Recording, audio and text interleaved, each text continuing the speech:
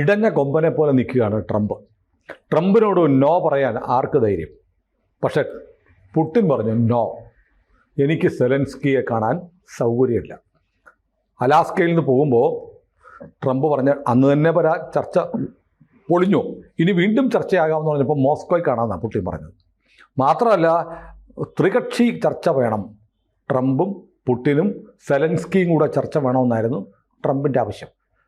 ഇന്നലെ തന്നെ റഷ്യൻ വിദേശകാര്യമന്ത്രി സെർഗെയ് ലാവ്റോവ് പറഞ്ഞു ഒരു രക്ഷയില്ല, പുടിൻ സെലൻസ്കിയെ കാണാൻ തയ്യാറല്ല. അതൊരു വലിയ നോ പറയലായിരുന്നു. ഇതുവരെ നോബൽ സമ്മാനം കിട്ടാൻ വേണ്ടി തനിക്ക് ഏറ്റവും കൂടുതൽ തൻ്റെ ഷോക്കേസിൽ വെക്കാവുന്ന ഏറ്റവും വലിയ വിജയമായി ട്രംപിന് കാണിക്കേണ്ടിരുന്നത് ഉക്രൈൻ യുദ്ധം അവസാനിപ്പിച്ചു എന്നുള്ള. തെരഞ്ഞെടുപ്പിന് മുമ്പേ പറഞ്ഞു ഞാൻ അധികാരത്തിൽ വന്നാൽ 10 മിനിറ്റ് കൊണ്ട് റഷ്യ ഉക്രൈൻ യുദ്ധം നിർത്തുമെന്നൊക്കെ വീമ്പിളക്കിയ ട്രംപിനോട് പോയി പണി നോക്കണ എന്ന് പുടിൻ പറഞ്ഞിരിക്കുന്നു. ഇത് എങ്ങനെ ബാധിക്കും? ഈ ട്രംപ് ഈ അടുത്തിടെ തന്നെ പറഞ്ഞത് ഇത് ബൈഡൻ കാരണമാണ് ഈ ഉക്രൈൻ അധിനിവേശം ഉണ്ടായത്. അത് പുടിന് പറഞ്ഞു കേട്ടോ, നിങ്ങളായിരുന്നെങ്കിൽ പ്രസിഡന്റ് ആയിരുന്നെങ്കിൽ ഇത് ഉണ്ടാവുകയില്ലായിരുന്നു എന്ന് ട്രംപ് പറഞ്ഞിരുന്നു. ഇപ്പൊ എന്താന്ന് വെച്ചാൽ ട്രംപ് പറഞ്ഞിരിക്കുന്നത് ഞാൻ പുടിനെ രണ്ടാമതും വിളിച്ചിരുന്നു, പുടിൻ സെലൻസ്കിയെ കാണില്ല, പുടിന് സെലൻസ്കിയെ ഇഷ്ടമല്ല, അതുകൊണ്ട് ഇവർ രണ്ടുപേരും തമ്മിലുള്ള കാഴ്ചയില്ല, ത്രികക്ഷി ചർച്ചയില്ല, ട്രംപും പുടിനും സെലൻസ്കിയും തമ്മിലുള്ള ചർച്ചയില്ല. പിന്നെ ഇത് അമേരിക്ക ഹംഗറിയിൽ വെച്ച് നടത്താമെന്ന് പറഞ്ഞപ്പോൾ തന്നെ നടക്കില്ല എന്നുള്ളത് ഏതാണ്ട് ഉറപ്പായിരുന്നു എന്ന് വാർത്തകളുണ്ടായിരുന്നു. കാരണം ഇതിനു മുമ്പ് ഹെൽസിങ്കിയിലും ഒക്കെ ചർച്ച നടന്നിട്ട് ഈ ഏതാണ്ടൊക്കെ സമാധാനം എന്ന് പറഞ്ഞ് പോയ സ്ഥലമാണ്. വീണ്ടും ഒന്നും സംഭവിച്ചില്ല, അതുകൊണ്ട് ഗുണമുള്ള ഒരു മേഖലയായിട്ട് കരുതുന്നില്ല എന്ന് പറഞ്ഞ് അന്ന് റിപ്പോർട്ടുണ്ടായിരുന്നു. ന്യൂയോർക്ക് ടൈംസ് ഒരു കാര്യം പറഞ്ഞിട്ടുണ്ട്, ട്രംപും സെലൻസ്കിയും തമ്മിൽ കണ്ടു കഴിഞ്ഞപ്പോൾ സെലൻസ്കി പറഞ്ഞു ഞങ്ങൾ ഒരു ഇഞ്ച് ഭൂമി പോലും വിട്ടുകൊടുക്കുന്ന പ്രശ്നമില്ല, പുടിന് അത് വേണമല്ലോ, അതില്ലാതെ പുടിന് വിട്ടുകൊടുക്കേണ്ട കാര്യമില്ല, പുടിൻ അത് കൊണ്ടുപോയി, ഇത് എന്ത് വിട്ടുകൊടുക്കാൻ? അതെ, അപ്പോൾ ഞങ്ങൾ ഇത് ചെയ്യില്ല. എന്തുകൊണ്ടാന്ന് വെച്ചാൽ 2ാം ലോക യുദ്ധത്തിൽ എൻ്റെ മുത്തച്ഛൻ പോരാടിയ സ്ഥലമാണ് ഈ വേണം എന്നൊക്കെ പറയുന്നത്, ഡോൺബാസ് ഉള്ള സ്ഥലങ്ങളൊക്കെ. നാസികളെ ഇവിടെ പോരാടി നിന്നവരാണ് എൻ്റെ കുടുംബം. മറ്റേ മുത്തച്ഛൻ സെമ്യോൺ സെലൻസ്കി കേണലായിരുന്നു, അദ്ദേഹം ഫൈറ്റ് ചെയ്തതാണ്. 3 സഹോദരന്മാരും ഫൈറ്റ് ചെയ്തിരുന്നു. മുതുമുത്തച്ഛൻ കൊല്ലപ്പെട്ടു, നാസികൾ കൊന്നു. ആ ഗ്രാമം നാസികൾ കത്തിച്ചു, ജൂതരെ മുഴുവൻ ശരിയാക്കി. സെലൻസ്കി ജൂതനാണല്ലോ, അപ്പോൾ ആ ജൂതന്മാരുടെ ഒക്കെ ഒരു ഹോളോകോസ്റ്റിൻ്റെ കഥ പറയാണ്. എന്നിട്ട് സെലൻസ്കി ഇന്ത്യയിലേക്ക് വരാൻ പോവുകയാണല്ലോ, അതിൻ്റെ തീയതി തീരുമാനിക്കേണ്ട ആ കാര്യമേ ഉള്ളൂ എന്ന് യുക്രൈൻ്റെ ഡൽഹിയിലെ സ്ഥാനപതി കഴിഞ്ഞ ദിവസം പറയുകയും ചെയ്തു, അലക്സാണ്ടർ പറയുകയും ചെയ്തു. അപ്പോൾ വീണ്ടും മോദി അങ്ങോട്ട് കൊടുത്ത ഗ്രീറ്റിംഗ്സ് ഉണ്ടല്ലോ, അവരുടെ സ്വാതന്ത്ര്യദിനം, അതിന് മറുപടിയിൽ സെലൻസ്കി പറഞ്ഞിട്ടുണ്ട് അന്തസ്സോടുകൂടി ശാശ്വത സമാധാനത്തിന് വേണ്ടി ഞങ്ങൾ ജീവിക്കാനായിട്ട് ഇനി താങ്കൾ വേണം സംഭാവന ചെയ്യാൻ. കാരണം ഇനി റഷ്യയായിട്ടുള്ള ഇന്ത്യയുടെ പ്രത്യേക ബന്ധം വെച്ചിട്ട് ഇന്ത്യ വിചാരിച്ചാലേ നടക്കൂ. വന്ന് മോദിയുടെ കാല് പിടിക്കുക. കാരണം ഓർക്കുന്നില്ലേ, റഷ്യയിൽ പോയിട്ടാണ് മുമ്പ് ഉക്രൈനിൽ മോദി പോയത്. അപ്പോൾ ഇയാള് വല്ലാതെ ക്ഷുഭിതനായി. അവിടെ പോയിട്ടാണ് ഇവിടെ വന്നിരിക്കുന്നത്, കൊലയാളികളുടെ അടുത്ത് പോയിട്ടാണ് വന്നതൊക്കെ ചോദിച്ചു മോദിയോട് ഒരർത്ഥത്തിൽ തട്ടിക്കയറി. അതെ, ട്രംപാണ് ഈ നൊബേൽ സമ്മാനത്തിന് അർഹൻ, അതുകൊണ്ട് അയാൾ നടത്തിയാലേ ഇത് ശരിയാവുള്ളൂ എന്ന് വിചാരിച്ചിട്ടാണ്. അന്നും മോദി പോയത് അത്യാവശ്യം സമാധാന ചർച്ചകൾ ഒക്കെ നടക്കും എന്ന് വിചാരിച്ചിരുന്നു അന്ന് പോയപ്പോൾ. കാരണം 2 രാജ്യങ്ങളുമായിട്ട് ബന്ധമുള്ള ഒരു രാജ്യമാണ് ഇന്ത്യ. അങ്ങനെ നല്ല ബന്ധമുള്ള ആളുകളാണല്ലോ ചെയ്യേണ്ടത്. ഇപ്പൊ റഷ്യ എന്താ ചെയ്തത്? ഈ അലാസ്കയ്ക്ക് ശേഷം ചെയ്തത് എന്താന്ന് വെച്ചാൽ ഫ്ലക്സ് എന്ന് പറഞ്ഞ അമേരിക്കയുടെ കമ്പനി ആക്രമിച്ചു.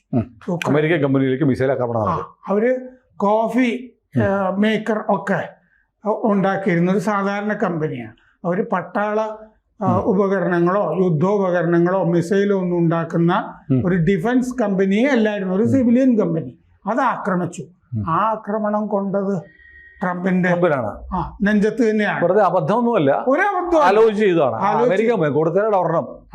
കാരണം ജനുവരിയിൽ ബോയിങ് കമ്പനി ആക്രമിച്ചിരുന്നു അവിടെ. ബോയിങ്ങിന് പിന്നെ കുറച്ച് ഡിഫൻസ് പരിപാടികൾ ഉണ്ടെന്ന് വേണമെങ്കിൽ കരുതാം.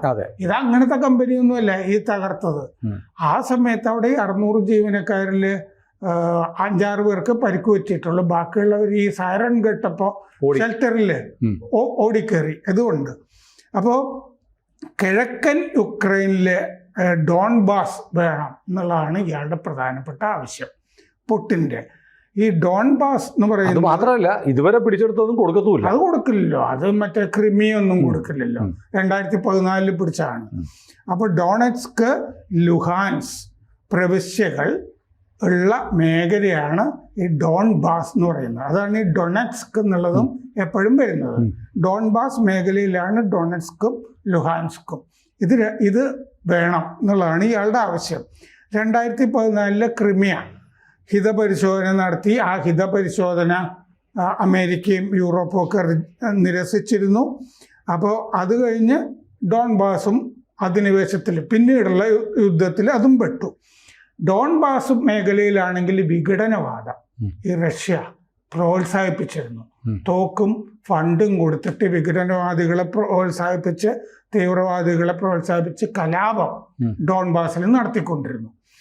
അങ്ങനെ ഡോൺബാസിൽ മാത്രമായിട്ട് വെടിനിർത്തലാകാം എന്ന് സെലൻസ്കി പറഞ്ഞിട്ടുണ്ട്. നിങ്ങൾ അവിടുത്തെ കലാപം നിർത്തിയാൽ മതി, നിങ്ങളാണല്ലോ കലാപം ഉണ്ടാക്കിക്കൊണ്ടിരിക്കുന്നത്, അത് നിർത്തിക്കഴിഞ്ഞാൽ ഞങ്ങളും വെടിനിർത്തലിന് തയ്യാറാണ്. പക്ഷെ ആ മേഖല തന്നെ മൊത്തത്തിൽ ഇങ്ങോട്ട് വേണമെന്നാണ് പുടിൻ പറയുന്നത്. റഷ്യയുടെ അധീനതയിലുള്ള മറ്റ് സ്ഥലങ്ങളും വേണം.